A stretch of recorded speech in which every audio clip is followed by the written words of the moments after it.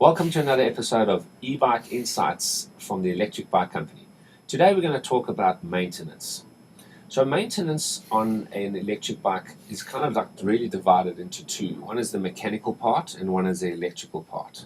Now ironically, the electrical part is way more complicated and there's so many different systems involved. But typically it's very reliable.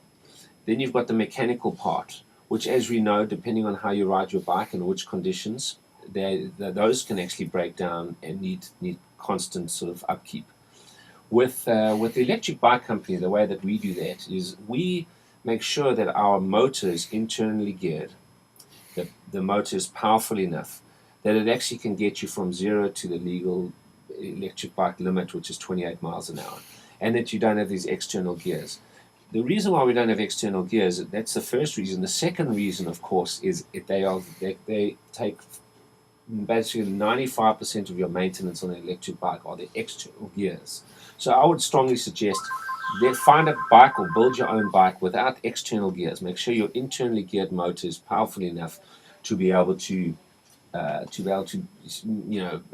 get you from 0 to 28 miles an hour without the use of those gears.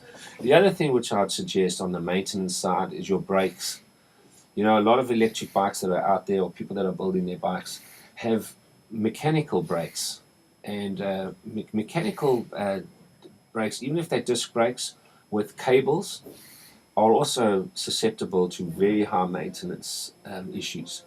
The main reason is because you've got this cable now inside a sleeve, and a lot of corrosion can happen in there, and that can stop the cable from being able to move easily throughout that sleeve. That means you have to kind of press or depress your lever a lot harder, and it puts a lot of pressure on that cable.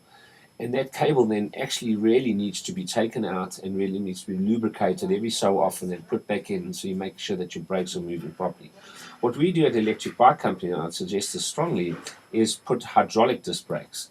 And the only thing that's really of maintenance that you have to do there is change out your brake pads. And when you change out your brake pads, you can just bleed your brakes. Very simple process. People kind of get a little bit concerned about that. But once you've bled one brake, you can bleed any brake. And in most bike shops, or every bike shop these days, can actually maintain a hydraulic brake. But the good thing is over time, that brake is still reliable, it's easy to depress, and it's very, very low maintenance. The third thing I would suggest to make sure on a maintenance issue is make sure that your bike is put together with stainless rust resistant hardware, spokes, chain, so that over time you're not having to replace components and hardware because of rusting and corrosion. And it's not only a safety thing, but of course it's a cost issue. So that's the last thing I'd actually like to mention as far as maintenance is concerned is bearings. You know, if throughout the lifetime of your bike, the bearings, the two main bearings that you have is on your steering and of your bottom bracket, make sure those are integrated bearings.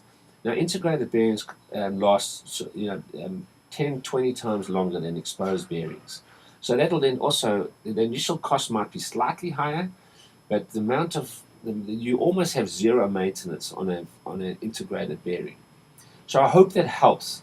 Make sure that you look for, all the components that I chatted to you today about, and when you put that together on a bike, your maintenance costs can almost be zero.